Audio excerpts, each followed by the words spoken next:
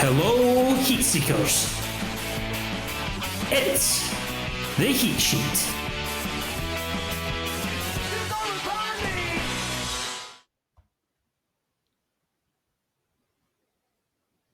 Oh, that one's not working. Fair enough. Hello and welcome to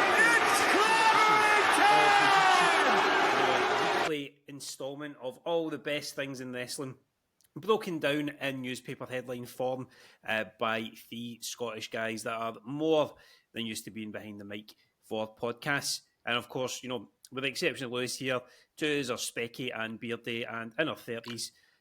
So therefore, you know what you're getting with this. You're getting a wrestling podcast that's going to look at all the best stuff and hopefully be as unvirginal as possible. So joining me again on the Heat Sheet for our second edition after a stellar showing from our first episode last week, I have Lewis McNaughton. This is my cue to say something. All right. How's it going, mate? Not bad, Lewis. And we've also got Steve Roche as well. Steve, how are you? I'm very well, apart from the bloody mute button not working. or delayed. We can hear you coming through there, I think. This is all good. This is a good technically sound start to the podcast. But yeah, if you listened last week, thank you very much for doing so, and thanks for coming back. Basically, we're going to do the same thing as we did last week. We are going to break down the very best of the week's wrestling news to fill the Heat Sheet, our fictional dirt sheet. So we're looking to fill the front page with the biggest news stories, the back page with the best matches of the week, the page 3 with the best gossip of the past 7 days, or the upcoming 7 days, really. And we've also got our TV pages for stuff that's wrestling related, but not necessarily wrestling that we have viewed or are looking to view. Again, another wee gremlin there to contend with as the other side decides to be a bit of a fanny. But yeah, lads, before we get cracking in, obviously, I think, you know, there's going to be one story that dominates this week's podcast, which we'll get into in the next wee while. But before we do so, in sort of homage to what happened on Friday Night SmackDown between The Rock and Cody and Roman Reigns, can you guys tell me either the most selfless thing that you've ever done, the most Cody-like thing you've ever done in giving away his WrestleMania main event, or the most selfish thing you've done in reference to The Rock electing himself to the board of directors for TKO and just shitting all over everybody's dreams? Well, I'll go first on that one. I'd say the most selfless thing I've ever done is on a few occasions I go to the arcade, and you know how these days you get the tickets. It's basically raffle tickets that come out of the machines depending on how well you score and all that. So you can get a prize at the front desk. Like a couple of times I've like won loads of that, and I look at the prices and I was like, what the fuck do I want from that? It's all just shitey cuddly toys and wee fake iPhones. Probably the best thing you can get from it is like a semi-decent wireless headset, which, you know, you can buy for like 20-30 quid off Amazon anyway. So I think, I just give it to some kids that are trying to build up loads so they can get something. I always make sure it's a good kid though. You know, I always make... We are. You been a good boy? And I was like, aye. There you go. Oh, and I always make sure their mum and dad are with them as well.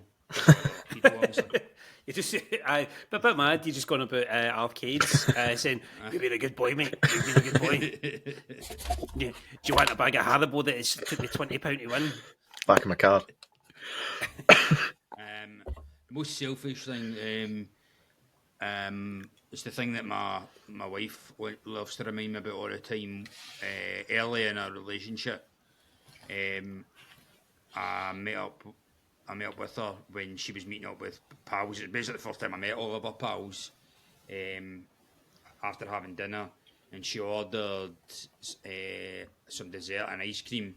Now, she handed it to me. You know, in my defence, I thought she handed it to me because she didn't want it anymore. She decided she was too full and just said, here, you have it.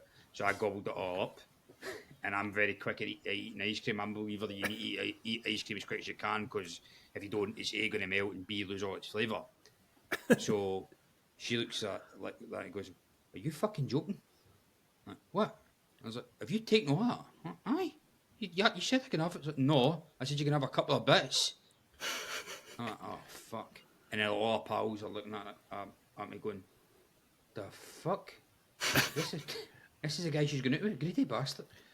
So instead of them reacting as if you'd shat in the ice cream bowl, it was just they were absolutely dumbfounded that you'd scranned it all. Did you get a sore head? Yeah. Did you eat it so fast you get a sore head?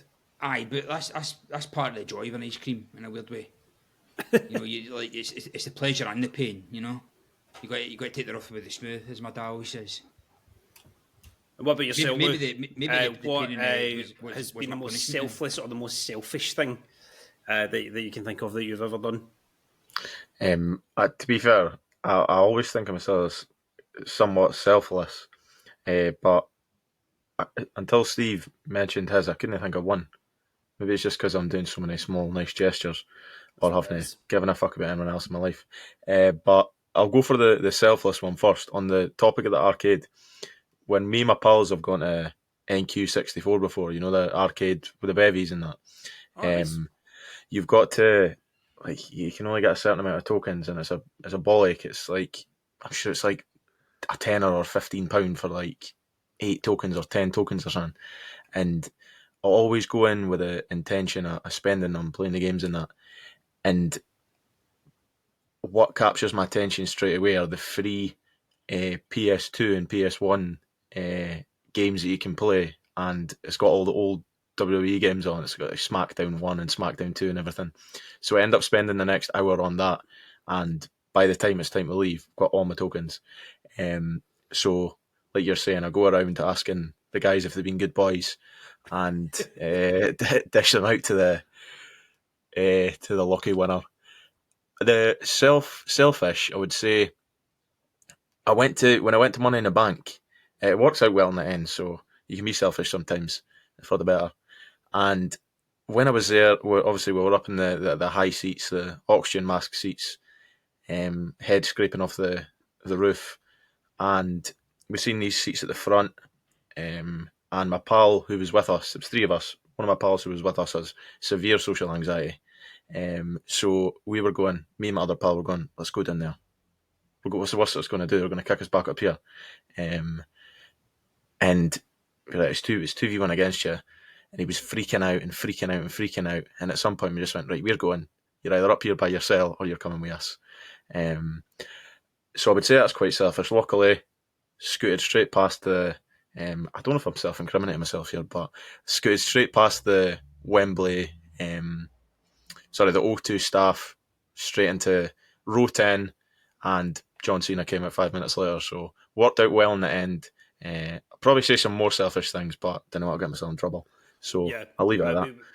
I will leave it as less incriminating as possible, but as you say, sometimes it does pay off to be selfish, and I'm glad that it did, because you got to experience Money in the Bank very, very close up. So we're going to look at how the two of you have experienced wrestling as a whole, as from as close up as possible or as far away as possible as you have managed this week, as we fill the daft sheet. So how's that for a link? That was proper partridge. Beautiful. That was proper partridge going on there. So we'll go for the front page first of all, the best news stories of the week. And Steve, I will open with yourself. What is your gambit to grace the front page this week? Well, there's only one story, isn't it? And you've already alluded to it. It is The Rock taking Cody Rhodes' spot in the main event of WrestleMania. It's been absolutely mental that... Yeah. And the story hasn't stopped. Like, again, pardon the pun there in terms of stories finishing and starting and whatnot, but ever since Friday Night SmackDown, there seems to be updates every day on when stuff was changing, when people knew about what was going on and stuff as well. So give me your perspective on it, Steve. What is it for you that's made this the biggest story of the week? Well, just all the ramifications of it, and what's led up to it, all the rumour mill that's come out of it, all the speculation. Now we don't know what's fully decided to be WWE's decision on that. We know, or we understand that it was part of The Rock's deal to join the TKO board. We know that it was an element of now or never in terms of doing Roman versus Rock at some point. You also throw in the fact it's WrestleMania 40, it's a milestone WrestleMania. You want like a super duper, rare, once in a lifetime main event for it, something on par with, I guess, Hogan Warrior from WrestleMania 6, something like that. We also understand that The Rock himself pushed for it, and now that he's on the board, he can, if he says to them, I want the WrestleMania main event, they can't say no. He's a boss of the company. They cannot say no. So there's that as well. Now, I think all the fallout from it, from the fan point of view, is fell the way that we all expected, didn't we? I think the hardcore fan, it's a little disappointing because we all collectively want Cody to finish the story. He's got the best ongoing storyline, but also there's the ones that they're saying this makes business sense, doesn't it? You've got The Rock, one of the guys that you can argue is in like the top 10 most famous people in the world, the most followed guy in social media, etc., and he wants to do it, and it's a whole family thing. It's cousin versus cousin. It's who's the real tribal chief. Why on earth would you not do it? And the business data and statistics show it's holding up. It's already on track to be the most lucrative WrestleMania ever in terms of money generated, sales and merchandise. I think already it's pretty much a sellout. I think night 2 is already sold out over, I think I read 85% of its allocation. Night 1's at about 75, 80. There'll be more tickets sold between now and then, so probably both will get to pretty much 100%. So in terms of business sense, it's hitting the mark. But from a hardcore fan point of view, we're all thinking, when the fuck is Cody going to finish this story? It's absolutely mental to me that we've got to this stage where The Rock is, coming in, throwing his weight around already after, being elected to the board of directors or whatever it is at TKO, and just totally annihilating Cody's Royal Rumble win. Unless there is going to be that the kind of the switch around or the swerve or whatever, where it's Cody against Seth on like to main event night 1, say for example. The fact that Cody came out and said, he wants the Universal title. That title's got the lineage that that his dad was going after, that his dad had went for so much that his dad got taken off of him at Madison Square Gardens. And then he goes on about, finishing the story isn't just winning the title, finishing the story is taking everything from you. And then he says, but I'm not going to do it at WrestleMania. And then obviously he says, he's taking counsel from someone, that someone being The Rock. The Rock comes out and they have the weird kind of bro hug where The Rock says something to him and Cody just looks like a dejected wee boy with it. And obviously Cody is he's not naive to the wrestling business. He's obviously he's obviously been told what the plan is to be best for business for it. He's putting on as brave a face as he can with it, and he's saying stuff on Twitter, like trust the process, trust me. He's like, I hear you guys, trust me. So maybe there is something else in the work, but if you listen to my hot take on the Heat Sheet Spotify network. Well, I don't know for the network yet. My immediate reactions on Saturday morning to it. I'll go into a bit of more depth as to my immediate reactions on it. But just in terms of the whole way it's come about, I don't know, Lewis, if you've seen anything over the last few days in terms of when it was decided that Rock was going to be taking the main event, who knew about it, all that sort of stuff. If this was in place from as early as January 1st, which is what's rumoured, why have Cody win the Rumble? Why have him do that? I think that it makes me think that maybe the plan was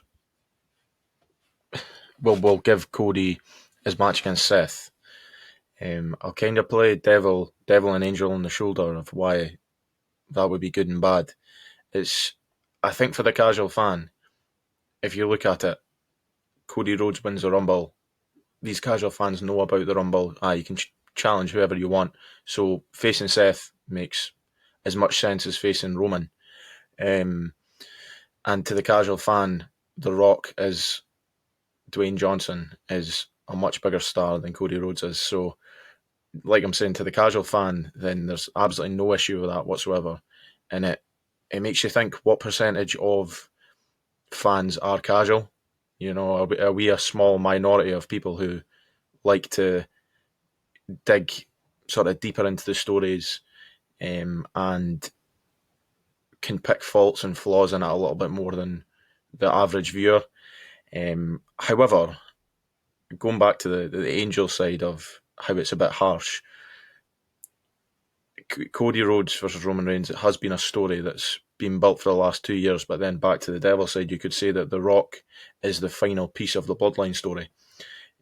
So you could say it's either it's one of two stories ending, and you just pick what's best for business at that point. I think best for business wise would be Roman versus Rock.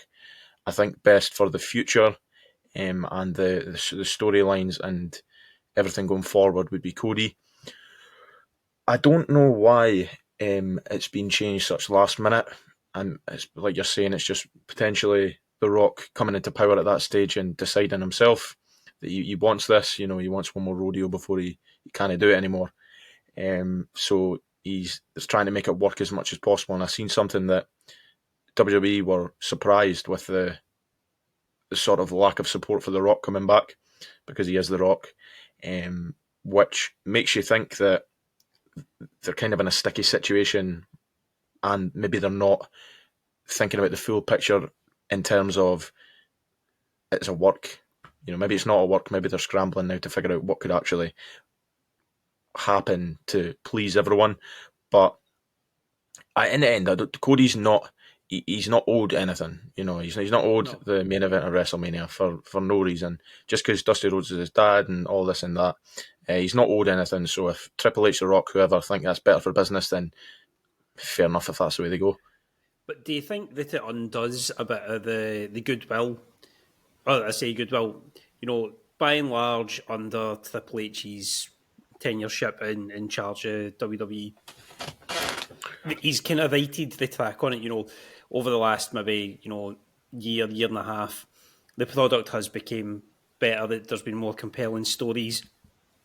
He's pushed a lot of guys, or given a lot of guys opportunities that Vince wouldn't have given them to, and that kind of goodwill that's built up, although it's maybe been undone by all the unniceness that we spoke about last week with Vince,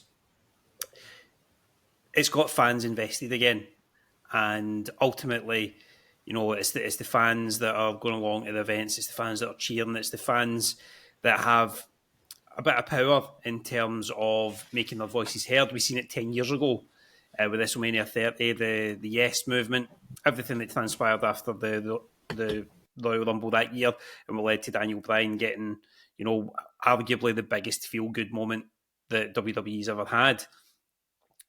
So, do you think WWE have they've pivoted in terms of seeing the reaction, having one of the most disliked YouTube or one of the most watched videos be the most disliked of the videos on YouTube in terms of the way that they put up that segment? I think even they recut it and put up a different version of it, I think, as well, to see if it would change anything. But do you think that 10 years after the Yes movement, they are trying to make a non-organic version of that for Cody?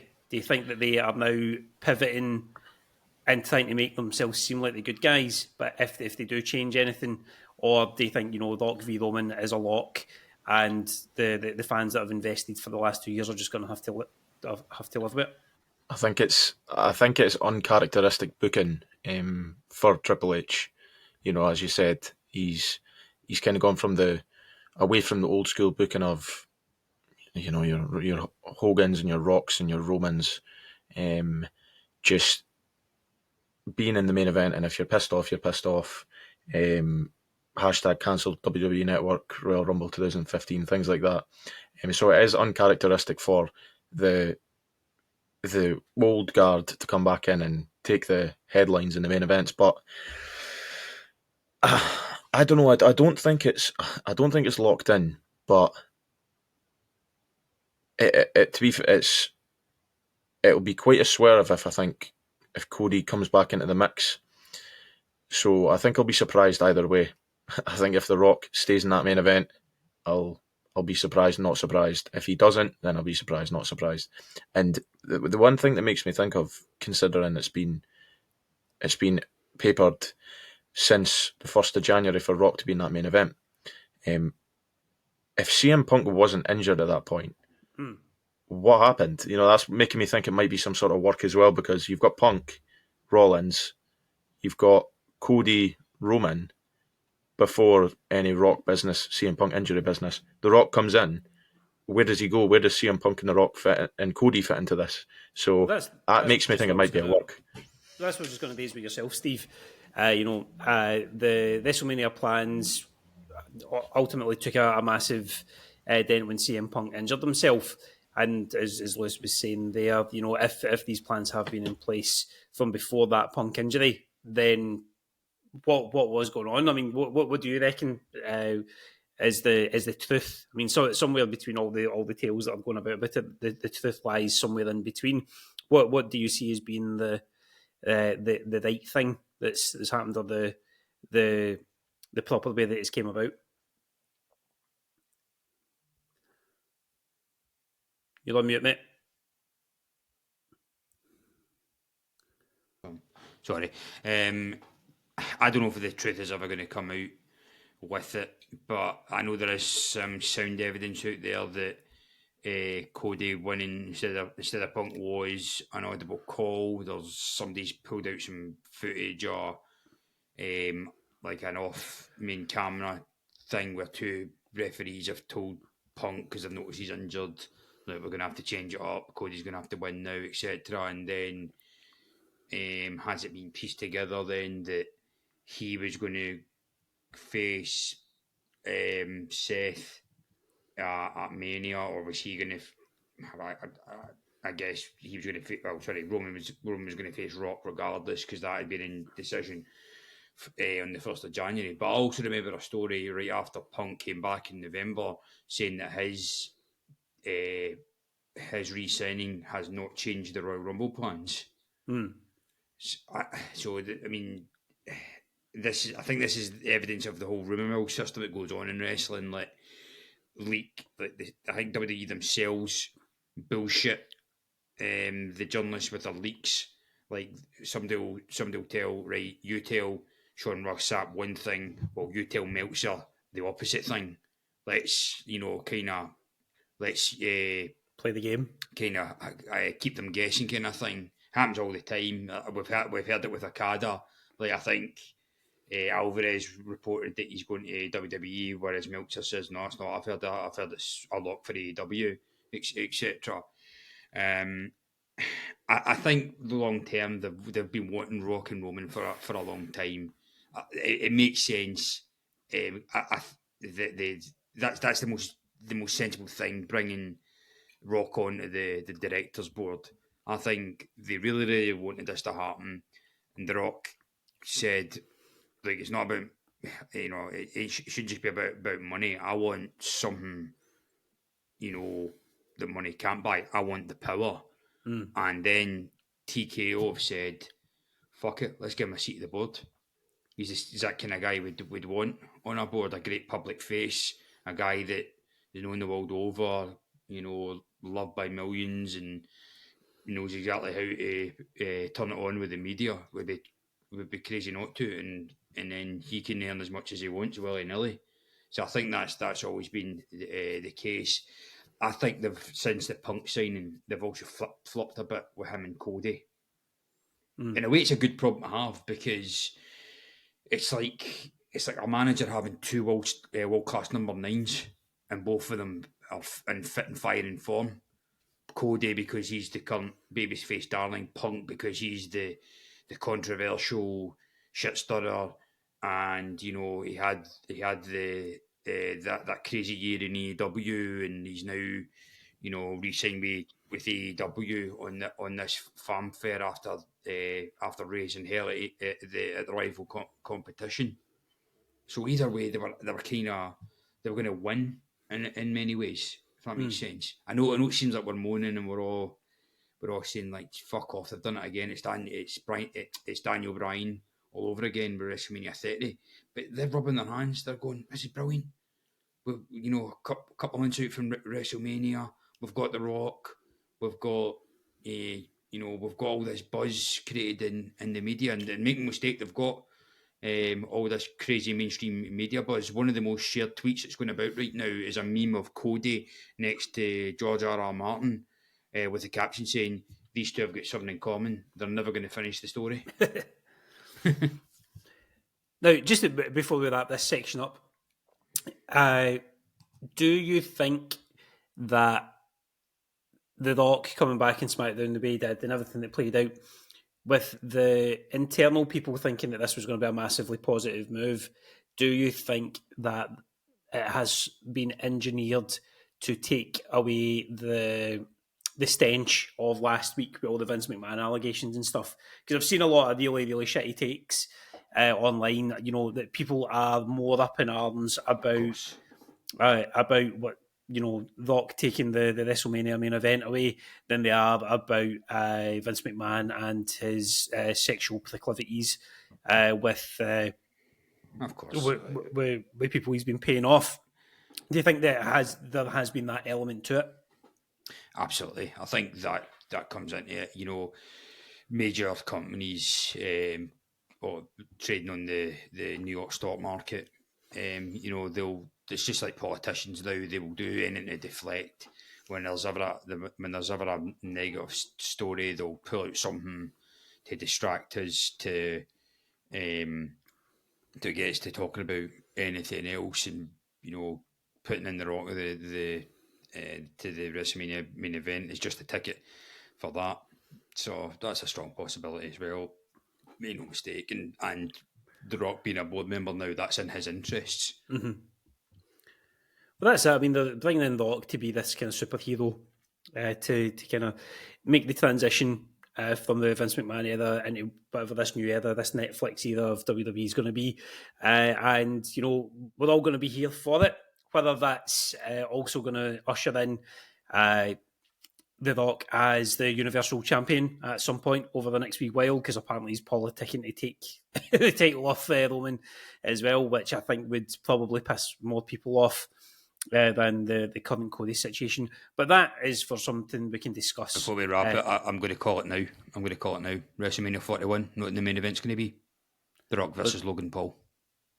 Oh, that's a good prediction. And again, Logan Paul's kind of set that in motion already. I think there's been beef in the past due to Logan Paul's his Death Forest video. Apparently, the Rock's people asked him to take down any interview or any online interaction he'd had with The Rock in the aftermath of that. So there's Logan came out in support of Cody as well. Yeah. So, and there's been a good bit of support from the boys, so to speak, for Cody too. So who knows? I mean, this time next week we'll probably be talking about another twist and turn on the front page. But from there, we're going to go to the back page and talk about the actual in-ring stuff, the stuff that we actually care about and the stuff that matters. So, Lewis, I'll come to you first. Sorry, I need to go through the headline. Sorry. The headline we're going to go for that front page is Dwayne RockBlocks Cody's Rhodes to WrestleMania. Looks better written down as always. So, yeah, back page. Steve, what? In fact, no, Lewis. Sorry, I'm getting confused here. Lewis, what was your pick of the in-ring action that you want on the back page of this week's heat sheet? I think that the wrestling world's been dominated this week mostly by things outside of the ring. However, one thing inside the ring that captured my attention and I thought was well worthwhile of mentioning was the main event of Vengeance Day, Trick Williams versus Ilya Dragunov. It's a weird one because Trick Williams is obviously quite early on in his career. Dragunov's a bit of a veteran in terms of he just knows exactly what he's doing. However, they complement each other quite well. It wasn't even just the in-ring stuff, it was the whole storytelling and the ability of Trick Williams to tell a story while putting on probably, I would say definitely his best match of his career so far. So the whole Melo Trick thing was intertangled in this, where there was maybe at the start of the night, I don't know if you have caught up with NXT this week, but at the start of the night, Trick and Melo were against Corbin and Braun Breaker. In the match, Melo took the spear for Trick Williams because he wanted him to be fresh and all this and that for the main event against Ilya. So that set up the tone of trying to make you forget that there was a bit of a rift between them. It then got to the main event where it was there was a lot going on in the match. Ilya with his hard-hitting style, Trick Williams managed to match him quite well. There was, I'd say there was a few botches here and there. Trick struggles sometimes. However, the storytelling made you forget anything about any blips in the match. Melo was on the outside, being his biggest fan. The facial expressions from the outside were good. And then at one point, Ilya pushes Carmelo Hayes into Trick Williams, injures the knee, and that kind of plays a part towards the end of the match. He goes for the knee at one point, and he buckles. So that kind of paints the picture that Melo might have fucked him here. It gets to the end of the match. This is actually quite a good, innovative finish that I don't think I've ever seen before, but makes a lot of sense. So they've both got running finishers. Trick goes for the elbow. Sorry, he goes for the knee. Dragunov goes for the elbow. They just stand, do their taunts, and run at each other. And you think with a comeback story, the underdog story, Trick's going to hit it. Ilya hits his. 1, 2, 3. Everyone's feeling sorry for Trick Williams. Melo comes in the ring, and in classic NXT fashion, the little end of show comes up. Where you think it's done. Yeah, the credits come up, and just like they did with Gargano and Ciampa, Hayes has this look on his face and kicks fuck on basically. He goes for the leg, injures his leg, and that's the end of Melo and Trick. But for the match itself, it's upwards of 4.5 stars, I'd say. And for a newcomer, for someone who's just learning the ropes, I'd say it was pretty well done in terms of, like I said, the storytelling and the in-ring work. But Dragunov can pull anyone through a match. He's ridiculous. The intensity he has, the moveset he has, the believability that he has is second to none. And Dragunov's the champ. Melo comes out on NXT last night. Starts his heel process, and it looks like we're getting Melo versus Dragunov at the next pay-per-view. But I think Trick Williams is going to get involved somehow, and it'll probably end up being Trick and Melo at Stand and Deliver's main event, so looking forward to that. Cool. Now, as a resident NXT expert, Lewis, that split between Carmelo Hayes and Trick Williams, has that been something that's been brewing for a while, or was it completely out of left field? Been it's been on the horizon for probably the last 2-3 months. There was a who attack trick angle. It must have been about 3 months ago. They've played it out quite a long time. They've got on the same page. They've had the re-riffs. They've got on the same page. They've had the re-riffs. But you've never forgot that the story behind it is that he's always been Melo's hype man. From the start, he was his hype man. He'd come out and introduce him and do this and that. So you could see the looks that Melo would give him in terms of his popularity growing. So if you had a little bit of, like we're saying, hardcore mentality towards it, and you looked at the little nuances that there's been, yeah, this was a long time coming. However, they did a good job in making you try and forget about that, for the last couple of months. But yeah, it was always going to happen. Melo as a heel probably does his best work from what I've seen anyway, and it was a long time coming for him going heel and having the match between the two of them to sort of keep his stock high and build Trick Williams' stock at the same time. Cool. And on the other side of the coin there, that obviously you've got Dragunov retaining the NXT Championship. Out with Carmelo Hayes and maybe Williams getting another shot at it. Who would you say is kind of the most likely to dethrone Dragunov before he ends up joining Imperium on the main roster? As is heavily rumoured. I outside of them, I do think it is going to be Carmelo Hayes in the end, but outside of them, you've got a strong case for whether Braun stays down for a little bit longer. Corbin might want another crack at the whip. You've got Axiom and Nathan Fraser, some European love there. Other than that, you're probably looking a little bit lower down the card. But Obafemi, the North American champion just now, the guy that won the breakout tournament, is an absolute beast. And I see him and Carmelo Hayes propelling the brand if Hayes doesn't come up, because I feel like he's got a little bit more to do down there. Not that he needs to, but I feel like he's got some more he can do down there with Trick as well. But Obafemi, this guy's an absolute freak. He's twice the size of Brock Lesnar. He's twice the size of Bobby Lashley, and he moves about quite well for a big guy. He's not a hyper athlete like them, but you can tell he's got something about him, and he's menacing like they want him to be. He's not playing the tough guy, and we'll see what he does. He's going to have quite a rapid ascent, I'd say. So him potentially, but my money's on Carmelo Hayes. Not empty for Gallus, no? You don't think Wolfgang's going to be... I'll give them a bit of love, give them a bit of love. Stick Mark Coffey in the main event of Stand and Deliver. Book it.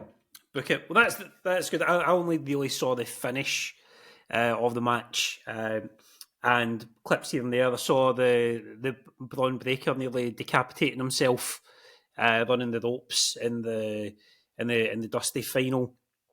And I'd seen people talking about how there've been a few kind of loose ropes during the course of the event, but I think it's just the speed that Braun Breaker hits the ropes at.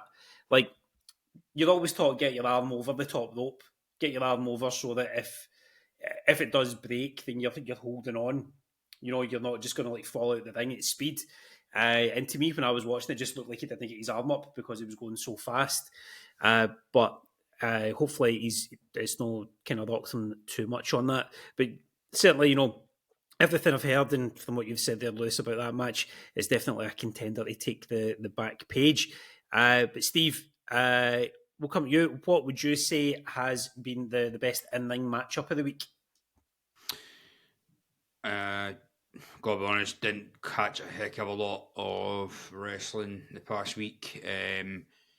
I liked Swerve versus RVD from Dynamite, but I'm actually going to say I didn't catch the full match. I only saw the kind of 8-9 minute kind of latter half of it from YouTube. It was from Saturday Night Collision. It was Bryan Danielson against, I'm probably going to butcher the pronunciation here, Henchizero. He's one of the big Lucha Libre stars from CMLL. Really, really good match. Hinchazero, I hope we get to see more of him. He's your conventional lucha libre guy, a lot of flips, a lot of high spots, but he also does these bright submissions. Like he caught Danielson in these really unique submissions, the kind of stuff you usually see more from guys like Zack Sabre Jr. and your old school wrestling guys. Um, and it was a typical Bryan Danielson match, just absolute, uh, just like your usual kicks, stuff shots, etc., mixed in with all this great lucha libre stuff. And I like this sort of feud that the BCC's got going on with these lucha libre guys. They've actually got a 6-man scheduled with them tonight, actually. So it's Danielson, Moxley, and Claudio up against Henchizero, and I can't remember the two other guys. I need to recheck. It's not Commander, it's not Vikingo, because they're triple A guys, and you will actually never see those guys mixed up with CML guys in the same card, because I learned this through this match.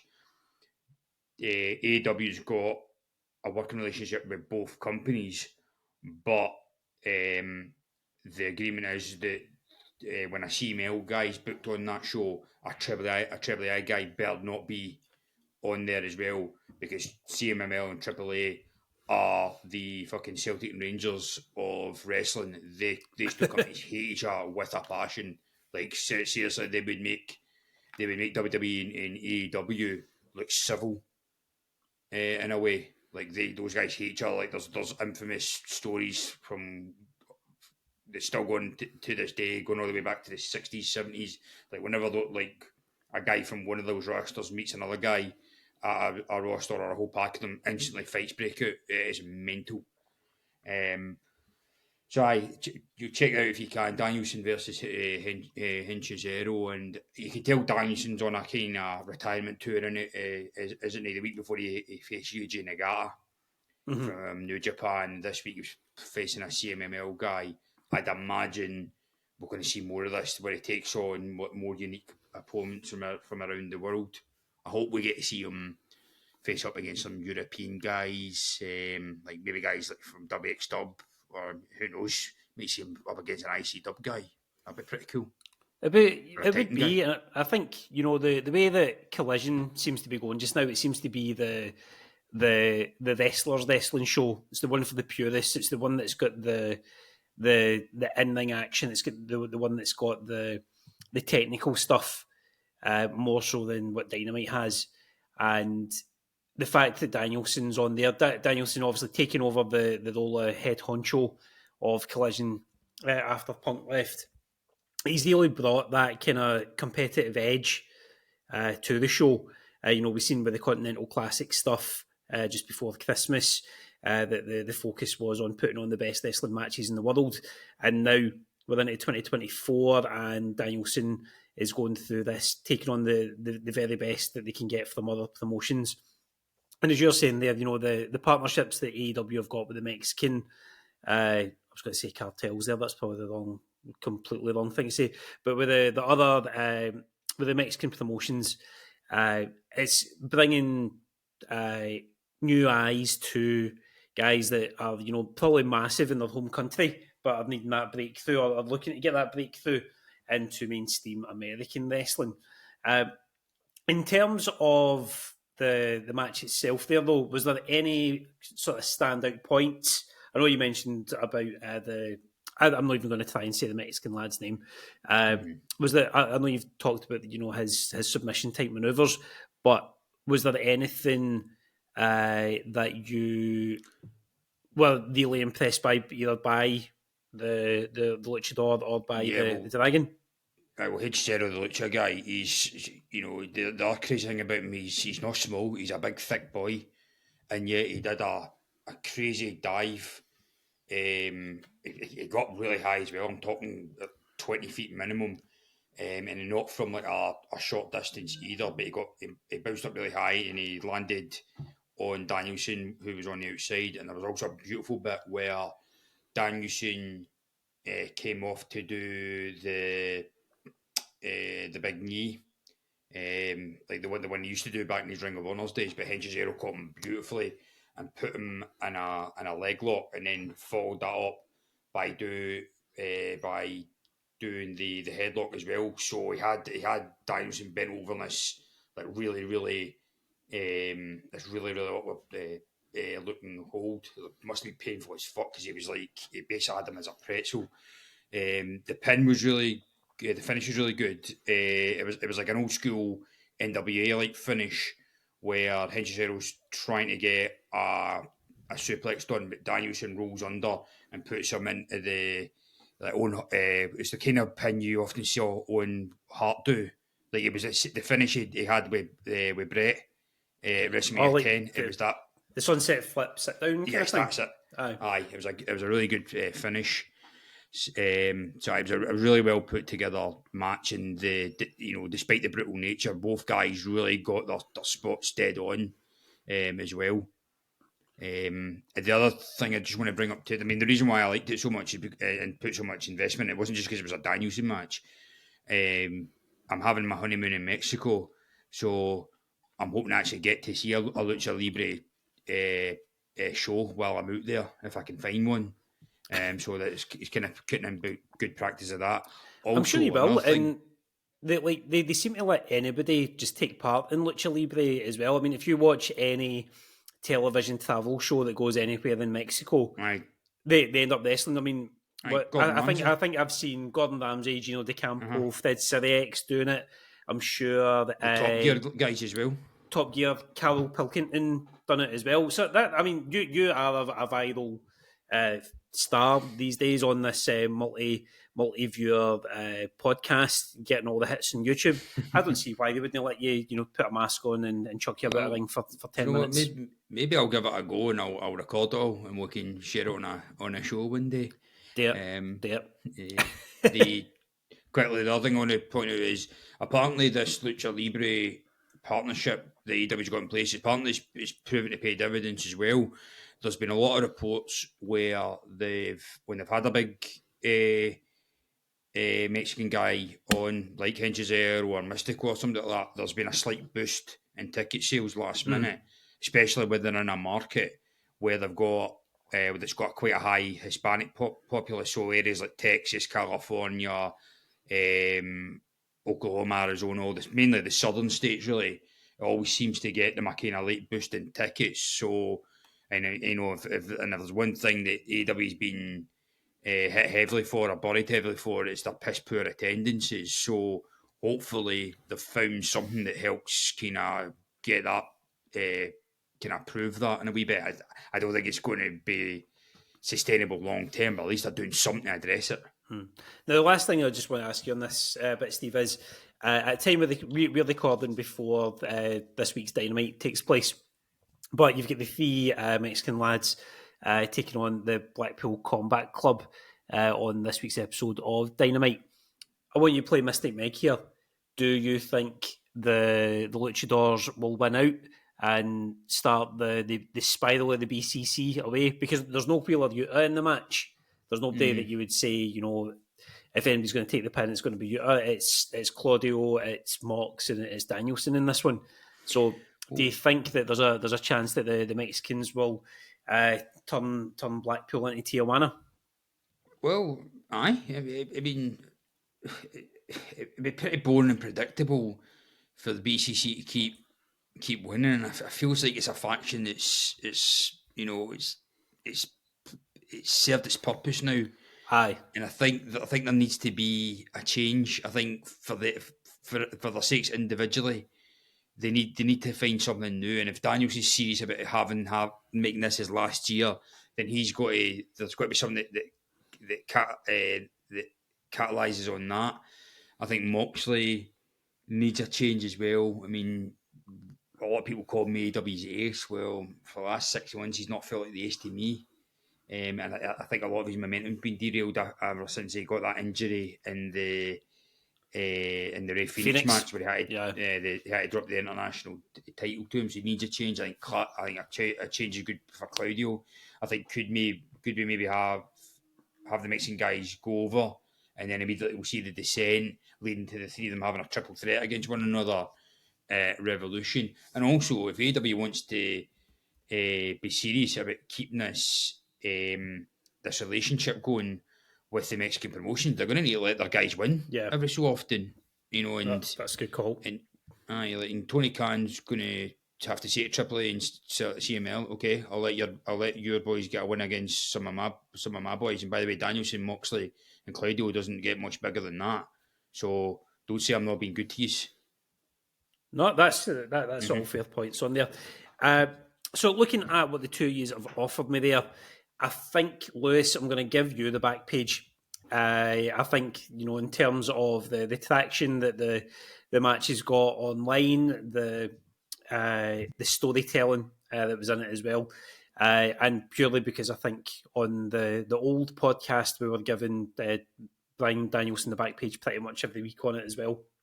So I'm going to give you the back page, Lewis, and the headline that we're going to go with on that is Williams title tilt harshed by Melo. So congratulations on taking that. Now, in lieu of a full-on interview for the Centerfold, this week I have done a little piece on what I think the AEW rankings coming back to the company is going to do for the output in 2024, and how I hope it shapes the way that AEW approaches things for the rest of the year to get the power back, to paraphrase another podcast. So I'm going to drop that in just about here.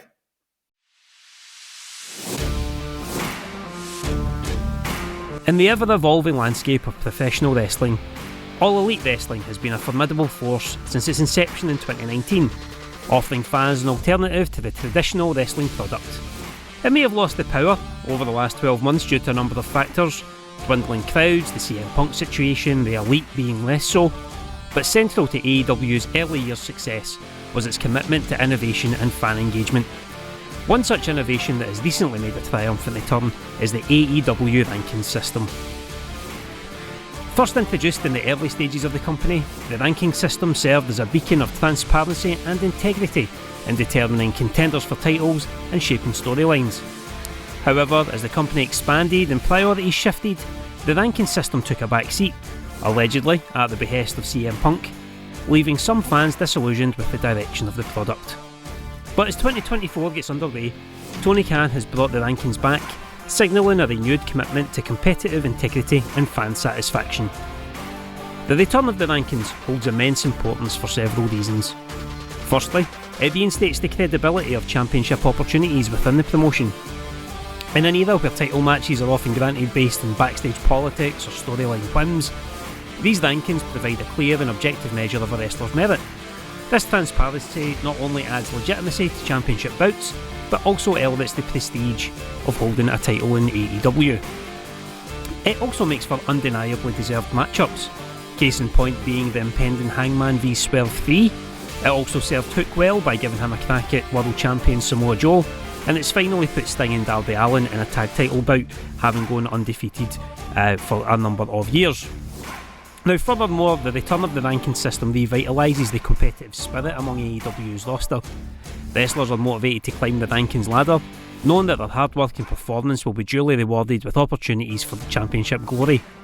This healthy competition will breed innovation and pushes talent to continuously improve, ultimately raising the overall quality of the product. On television, the rankings should play a central role in shaping storylines and matchups. The recent Continental Classic tournament proved that fixture-led matches and storytelling could make for compelling viewing, with everyone doing mental gymnastics over the permutations every result could have on any given competitor. Going forward, AEW programming should reflect that competitive landscape. Title matches should be earned through consistent performance and ranking position, creating that anticipation and excitement among the fans as they witness the journey of their favourite wrestlers vying for championship gold or looking to overcome the odds. Additionally, the rankings provide a blueprint for long-term storytelling. Wrestlers can embark on redemption arcs, overcoming setbacks to climb up the rankings and pursue their dreams. Underdog stories, rivalries and alliances can organically emerge based on the competitive dynamics that the rankings put in place, making the tapestry of AEW's narrative landscape that much richer. TK bringing back the rankings represents a pivotal moment in not just the evolution of the promotion, but it should see some of the fire the promotion lost in 2023 reignited. Yes, we had All In, highest paid attendance for a wrestling show ever, and a further 2 hours a week of programming with the purists wrestling show Collision. But by reinstating this essential component of competitive wrestling, AEW reaffirms its commitment to authenticity, integrity, and hopefully a whole lot more fan engagement.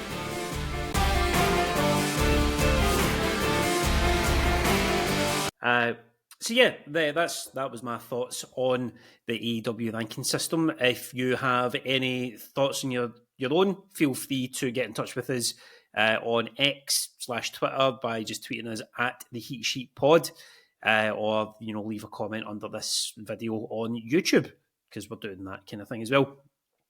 In that wee piece there that I've obviously spoken about, the rankings being something that can differentiate AEW from WWE in terms of the competitive nature of this. But do you guys think it's a good idea that they're bringing that kind of fixture-led format back to things, or do you think wrestling should always be about impromptu matches and never knowing what you're going to get week to week?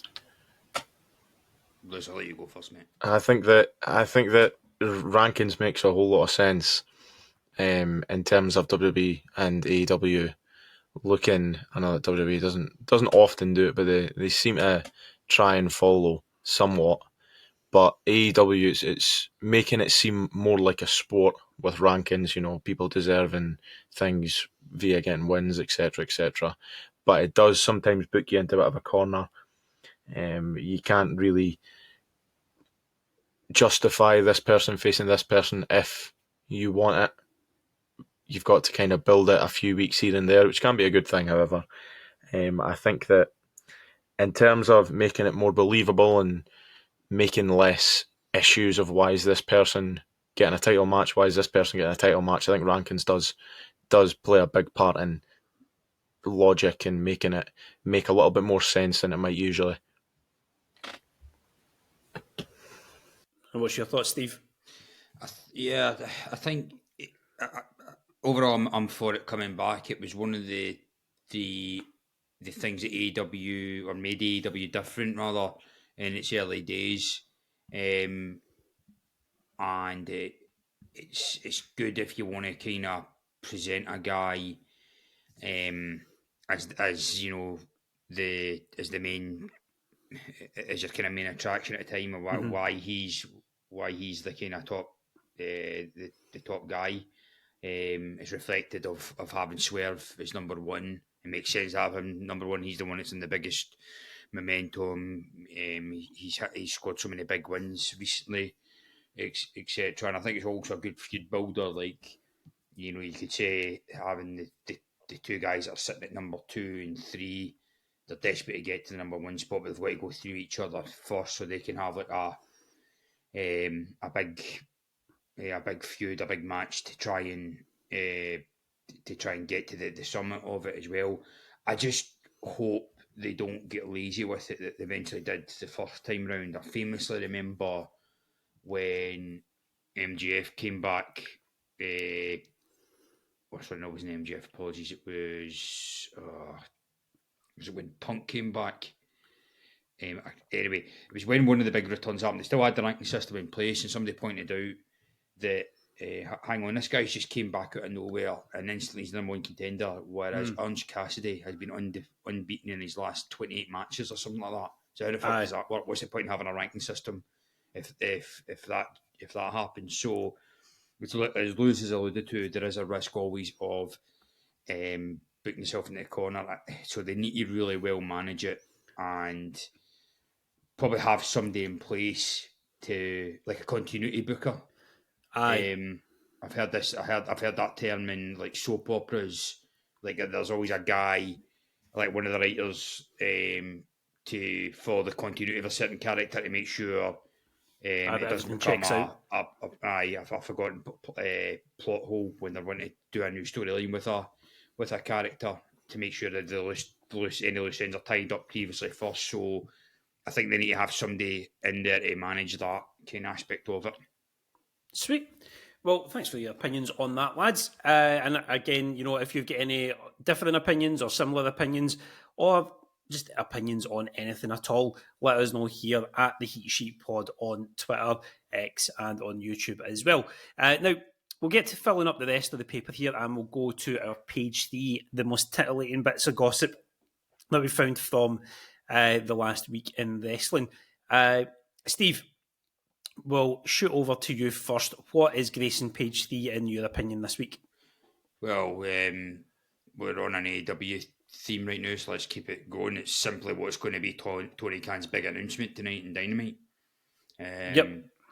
I think all the indications are it's either the signing of Kazuchika Okada or Mercedes Moné. I think by now we all know both one or both are going to sign.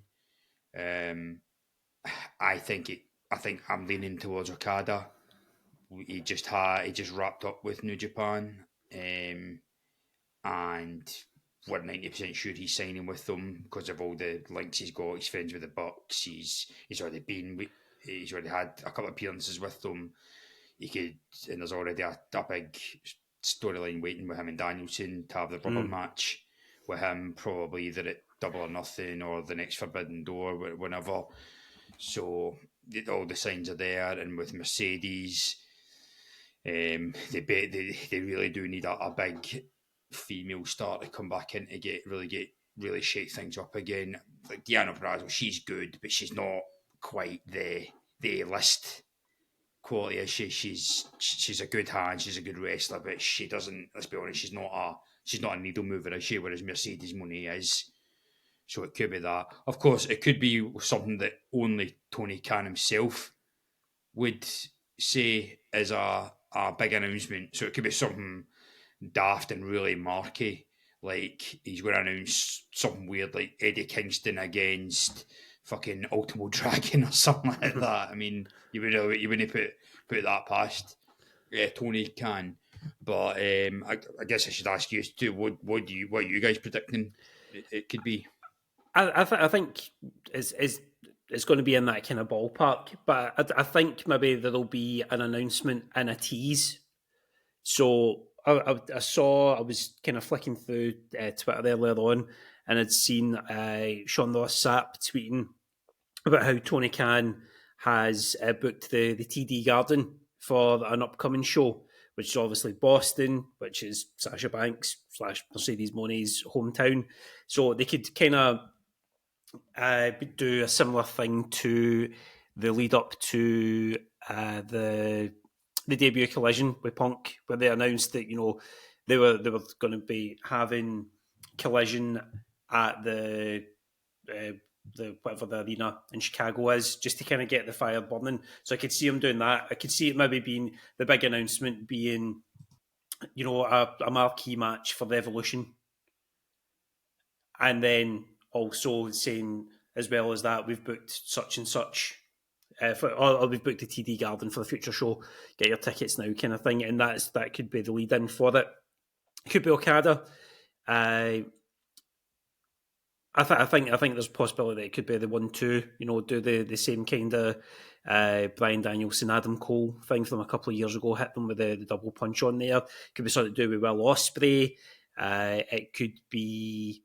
It could be a variety of things, but I think the breadcrumbs that are out there that are leading to either Mercedes Moné or Okada coming in. What about you, Lou? You in the same camp?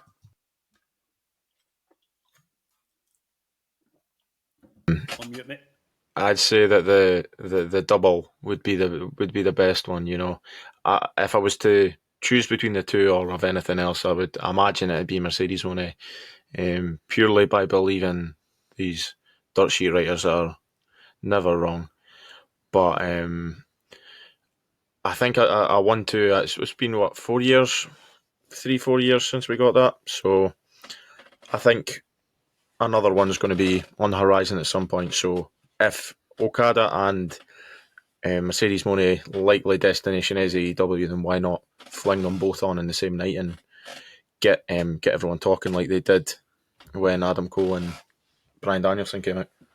Are there any other free agents from, just in general or from the last WWE call that haven't signed up anywhere or haven't officially said they're working exclusively with anyone? Because obviously Nick Nemeth's been doing a lot of stuff recently. Mansoor and Mace have been, making waves. Was there anyone else from that call? Mustafa Ali. Did he announce he was officially signed with TNA? He challenged Takahashi. So Elias and Ezekiel, the two of them. Elijah could be. Now. And so are any of them worth the Tony Khan big announcement? I don't think but so. That's what I mean. Like, could anybody be used as a decoy? Set them up with the big signing is Nick Nemeth, and then Mercedes comes out or the car comes out, something like that. Like they could do their version of Jinder and Rock. Aye, the fake out kind of thing. Cool. No, is certainly buzzing, and by the time this comes out tomorrow morning, we'll know exactly what has happened and what the big announcement's been. So it's good to kind of try and play future teller, fortune teller on that kind of thing. Lewis, what about yourself? What would you say has been tickling the gossip taste buds, with whatever that means? This is news from about 3 hours ago. We've been talking about WWE, we've been talking about AEW. Let's move to TNA. So Scott D'Amore, he's had a massive hand in TNA becoming TNA. He's very patriotic about the company. He's as diehard can be, and with Anthem being the owners now, they have sacked him. So Scott D'Amore is out of TNA, which is a massive shock. I'd say they have. I'm trying to see being put in uninformed who they've replaced him with, but the whole consensus of it is it's someone less involved with wrestling but more involved with sort of growing the company. It seems as though that's my take on it anyway. So it's someone who knows more about production, creating an audience, all this. Wait a minute. Sorry to interrupt, right? Go for it. Tony Khan? What if that's the announcement? He's bought Impact or bought TNA? Who knows? Stranger things have happened. Because they've obviously had the affiliations in the past, and Omega and Christian Cage initially. That was about the kind of the Rampage debut, wasn't it? Around about that time. There was the TNA things. But yeah, Scott D'Amore in with the bricks, TNA, Impact, whatever the iterations it's been.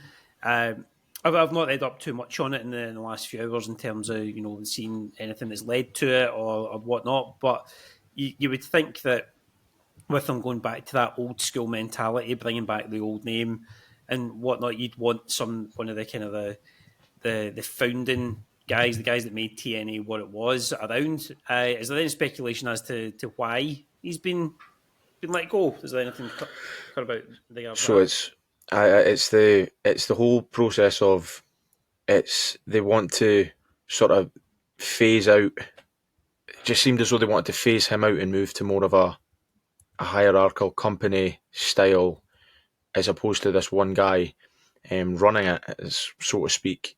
And the new guy, they said they've put out a post saying he's going to add more value in areas including production, distribution, marketing, viewership, customer acquisition, digital revenue streams, sales, sponsorships, digital tech operations, and more. So, like I said, it's a pure marketing thing and best for business thing in terms of growing TNA, rather than having a loyalty to someone that's been there since 2003 and bled red and yellow. So I think from a moral standpoint, it's pretty shite. But from a business standpoint, it's maybe one of those things that needed to be done to propel TNA to that third brand that they've always wanted to be. Well, second brand, rivaling brand before AEW came in. But like we're saying with the amount of wrestling you can watch, it's going to be hard to, even with a rebrand, not get lost in the shuffle. So I think this is maybe just one of those fuck it decisions to see if it works. If it doesn't work, then they'll pivot. But it just seems to be a complete business decision. Nothing on the wrongdoing of Scott D'Amore quite yet. Well, that's good. It's good to see that somebody's been let go for business reasons as opposed to being deviant. Although it's never nice to see somebody being let go. But I'm sure that, with his creative mind and his energy and love for the business, I'd imagine Jeremy Borash will be putting in a wee call to him, to get him over to the Fed, or if Steve's prediction is to come through and TK's My prediction never come true. It may very well end up on the writing staff or something like that at AEW.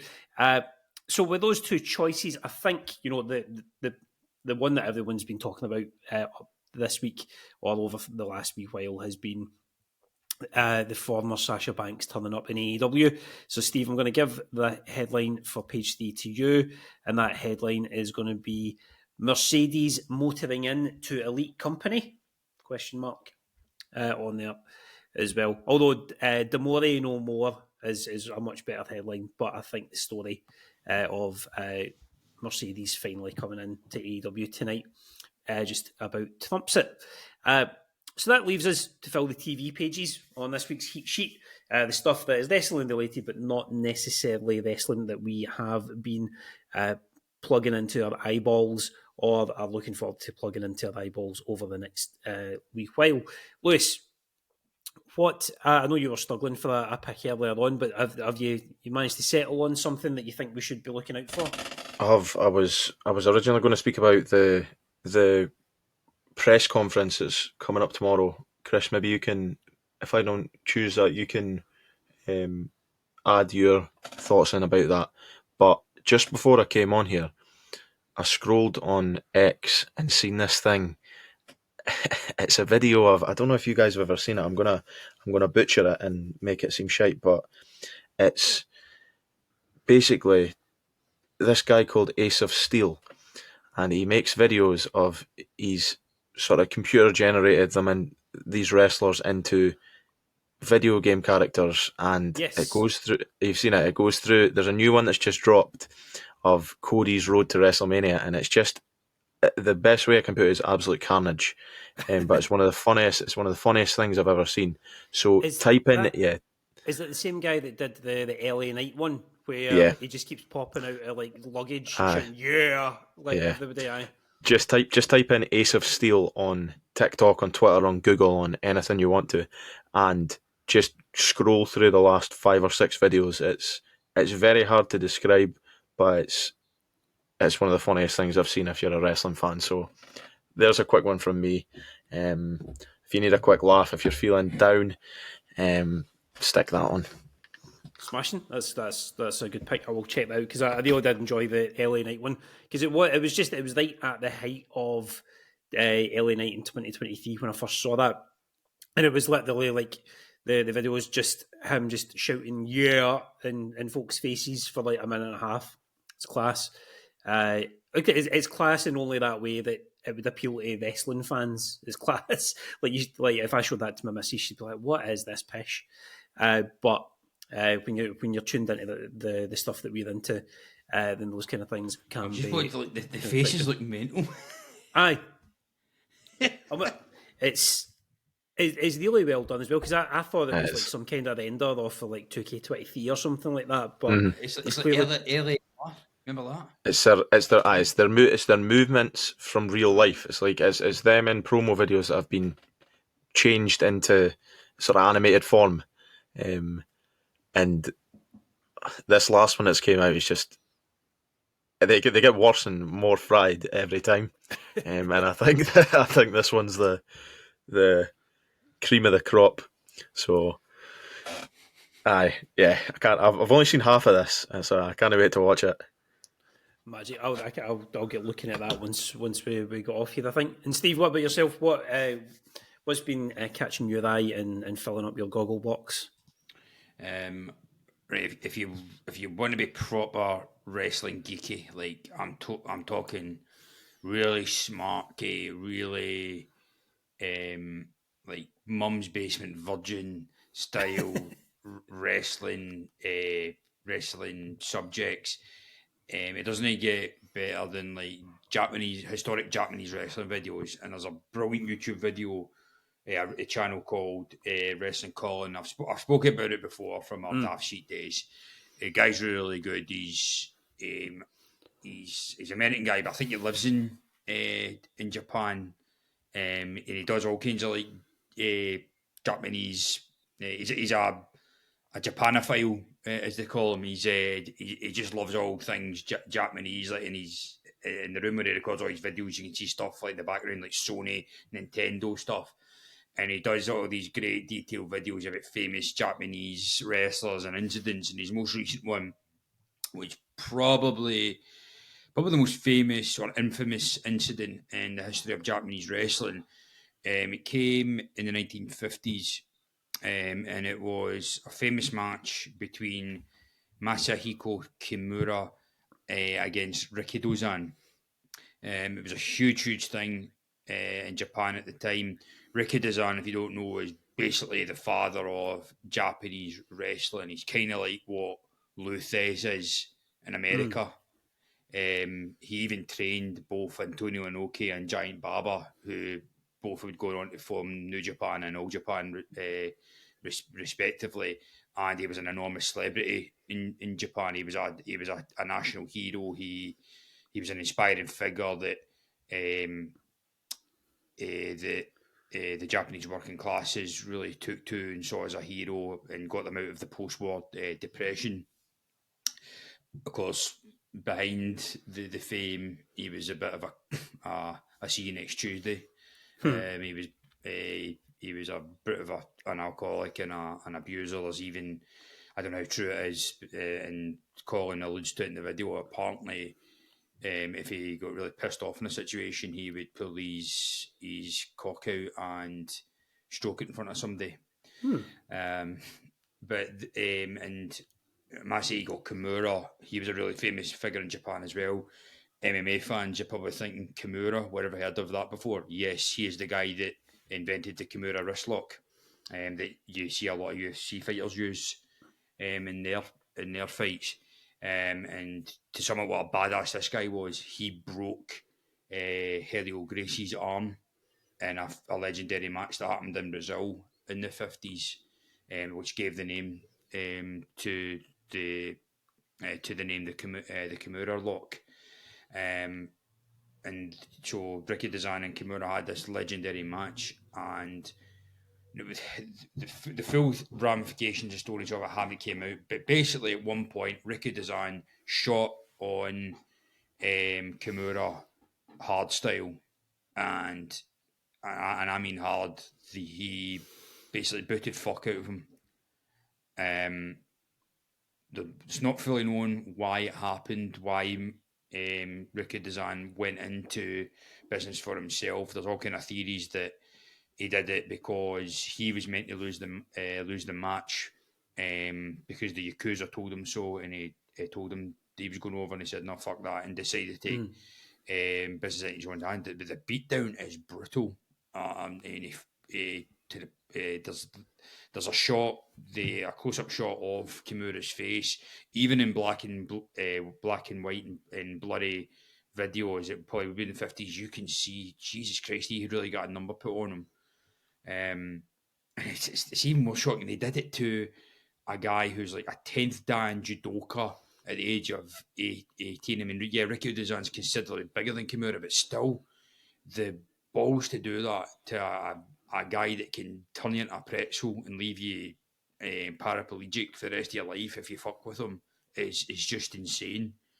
But if you really want like a good 15 minutes of watching like a super geeky wrestling video, especially Japanese wrestling Colin on YouTube is your place. The guy's really well spoken as well. He really does his research. He even like shows you the sources of where he gets all his information from, like newspapers, websites, books, by all the great wrestling journalists, guys like Bill Apter and etc.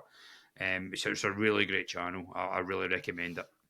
Smashing. So there we go. We've got one option for something light and frivolous, and one that's going to take you down deep, dark paths of Japanese men battering each other for legit. So yeah, go and seek out those things as well. So that kind of almost wraps up this week's episode of the Heat Sheet. I'll recap the headlines that we hit. So the front page was Dwayne, RockBlocks, Cody's Rhodes to WrestleMania. Couldn't be anything other than that this week. Lewis took the back page with Williams' title tilt harshed by Melo. And Steve took page 3 with Mercedes motoring into Elite Company. Asking that as a question. And then you've got the two TV page choices there between the Wrestle Call in Japanese stuff about Ricky Dozan and Kimura, and Lewis's Ace of Steel stuff as well. So there's plenty for you to be enjoying after you've enjoyed this, of course. I mean, you've got to this stage of the podcast so far, so you've already enjoyed about an hour and 10 minutes worth. But once you're done with us, then go and take the other stuff in as well. So before we leave you, lads, we did it last week, we'll do it again this week. What are next week's headlines going to be? What do you reckon we are going to be talking about when we come back on to the Heat Sheet next week?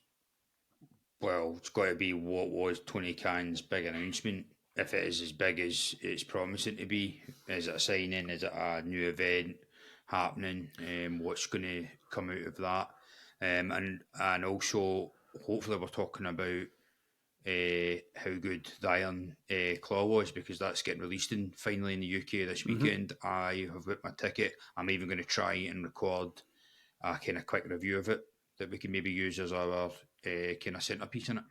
Yeah, well, we can do that next week. We'll have that as the centrefold.